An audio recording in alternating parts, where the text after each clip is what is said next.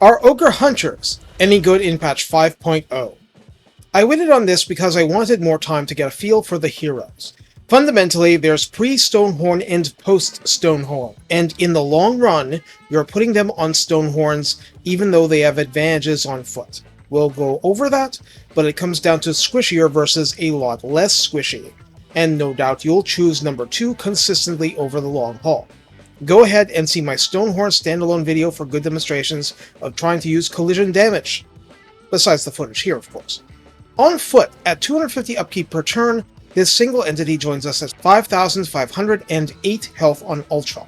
Armor is 30, which is very light, and I just want to mention this is what we get for not having Bruisers, capital B, in the game. But 6.0 will probably have them. I will continue. Missile resistance is the standard 15, leadership 75 is decent. Speed is 57 base, charge speed 88, better than the usual for ogres, but that's all. Melee attack starts at 48 base, which isn't low. Attack interval is the standard 4. Splash target size is medium, a consistent story with ogres, and max targets damaged by splash is 4, on par with the narrowest I've seen for heroes. Melee defense begins at 46, which isn't bad, seriously, considering this is a ranged hero.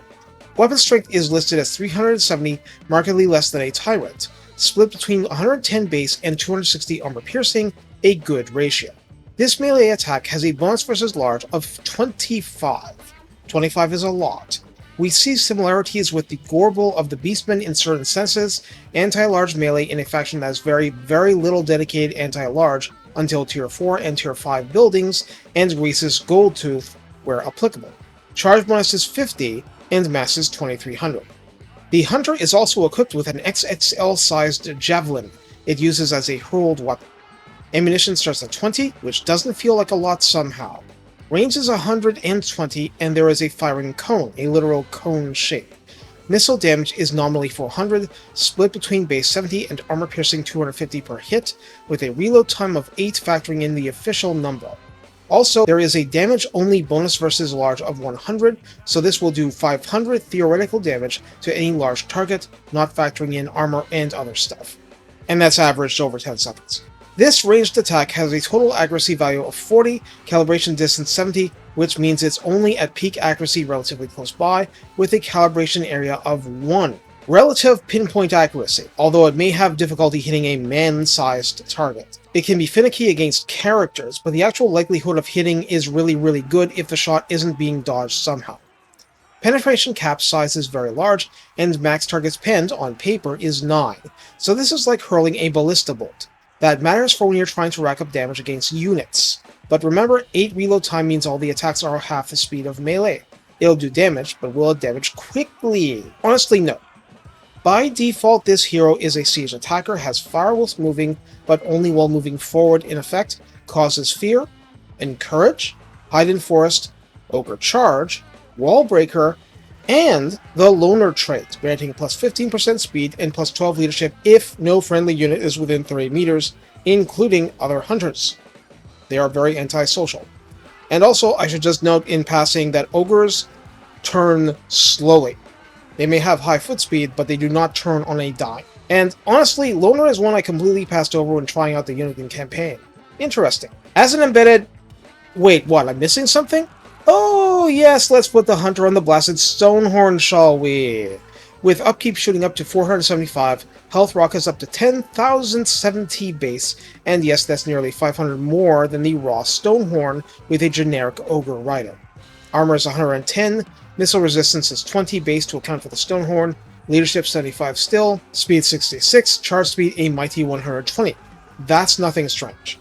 Melee attack starts at 44 with an attack interval of a briefer 3.8. Splash target size medium and max splash targets damaged of 8. Melee defense starts at 32, and by the way, that is indeed a little better than the unit at rank 0.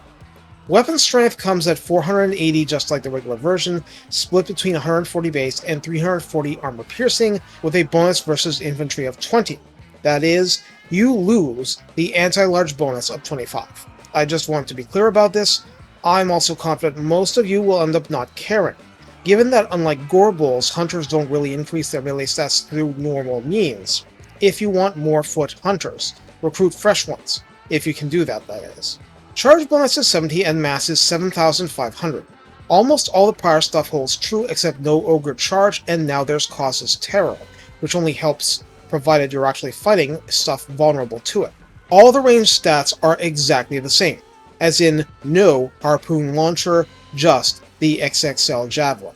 So finally, as an embedded hero, the Hunter provides increased mobility, which is always excellent for armies, especially when you're dealing with the stupid mountains of Morn and the vastness of the space. Ahem. As a map bonus, you get Stimulate Growth, which is niche, but it does matter when you're making Gorth's old hunting grounds. Tier 3, so you can get the exotic beast building maxed out. Pun aside, that's entirely serious. There's no benefit to camps, just normal settlements, but landmark settlements are things you want up there ASAP. For agent actions, Hunters have the holy trinity of Assault Garrison, Assassinate, and Assault units, but I don't think the faction is known for raising hero success chance much. Specialist reduces the action cost on the way to critical failure. Sorry, trauma speaking there. I want to go over the top line for simplicity. At rank 7, Lookout Noblars. In the tabletop, providing the Lookout Sa rule gives 10% missile resistance as is righteous and proper. Similarly, Sword Noblars adds +5 melee attack, and put bluntly, there's no normal way to raise your melee through the skill tree, so feel free to treasure this. Lucky Noblars, that was a thing in the tabletop, not necessarily in this manner, but they provide 5% physical resistance here. Starting at rank 5, we can go down the Gutsy line, adding up to 12% hit points at 3 pips. This feels completely insignificant until you get the Stonehorn. Now I'll go over the Sabretusk line because you can pick these up from rank 2 onward. This is how you get with Sabretusks in that army. Vanguard Deployment, Immunity to Psychology, Stalk, Frenzy, 12% reduced upkeep. None of this is bad, and in a world where one button respec exists, in the main game, not just the mod, I mean, you don't need to be shot. Early on, or against certain types of opponents, these are fine. Indeed, good. There were cases way into mid-game where I just dared the enemy to fight off my Sabretusks, and sometimes it did, and sometimes it did not. This eventually gets outshone, but Sabretusks are one-turn local recruitment, and again, some opponents are just more vulnerable than others. In the main yellow line, this is very different from other heroes, especially melee heroes, so let's take our time. Independent Mind allows Vanguard deployment. This isn't always useful, sure, but it's nice to have the option, and 57 speed is pretty decent for fleeing. Larger Gut Plate has a maximum of +12 armor and +9 leadership at 2 pips, and while that doesn't seem like much at low ranks, well, being on a Stonehorn gives a different perspective, being much higher up. Heh. Sharpened Spears is a simple +12% missile strength boost at 3 pips, so while melee damage isn't being increased by skills, this helps. And items do help for the other part. All A Quiver. I saw you in Ulrika's skill tree. Grants a max of +24% ammunition of 3 pips, and I have to say, +24% isn't nothing.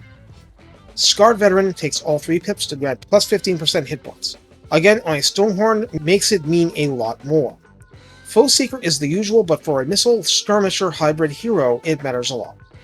Quick Throw deducts up to 18% reload time at 3 pips, which is a significant boost to you, but you're still not chucking these javelins instantly.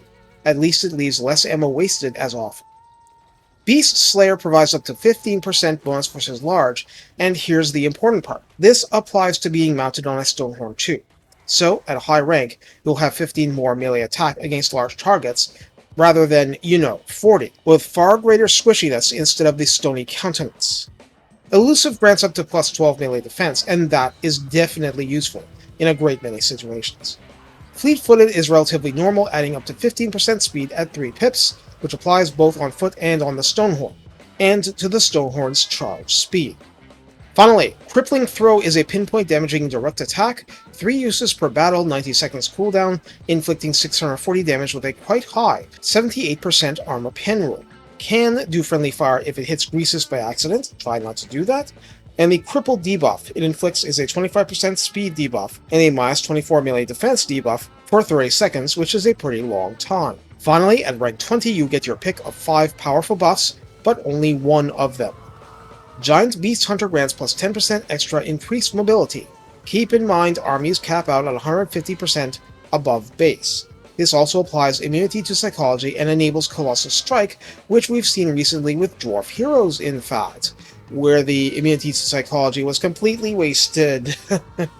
This gives a 9-second cooldown, infinite uses, 32-second duration buff, granting plus 16 bonus versus large, on top of whatever else you have, and plus 25% melee damage, both types. So that's nice. Beastmaster grants plus 20 growth to your provinces, minus 20 growth to enemy provinces. Ew? That's ew. I'm guessing this is through the Simulate Growth passive, not on top of, but either way, yeah. Ghost Forest will hit tier 3 a lot faster with this. On top of this, Sabretusks packs have plus 10 leadership on top of whatever other bots you're doing with them. Hey, they may have their uses, but I get it, this is niche. Strong Arm gives a bonus of plus 15% casualties done with Assault Garrison, but in battle, range plus 10% and missile strength plus 12%, which is, hey, nice stuff. Sneaky Stalker provides 8% additional assassinate chance. Mind you, this is at rank 20. It gives speed plus 10% and grants Stalk. Stalk on a Stonehorn is terrifying. Stampede Rider grants plus 15% extra casualties through successful assault units, which can be great if it works. Plus you get weapon strength plus 5% and charge bonus plus 15 flat. And how else are you going to raise these values? That wraps up all the basics. In addition to all this, hunters have random pools of 4 unlockable big names, and some of these are just nice. Others are stupidly powerful. You can get Gnoblar Kicker for Fanatic Unbreakable Gnoblars. So how do we use hunters? Well, that's of course pre-Stonehorn and post-Stonehorn too, but basically they're opportunists. Sometimes you can get away with hurling and doing damage and not getting mowed down in return. Other times you really can't, and you're better off in melee punching and stabbing up.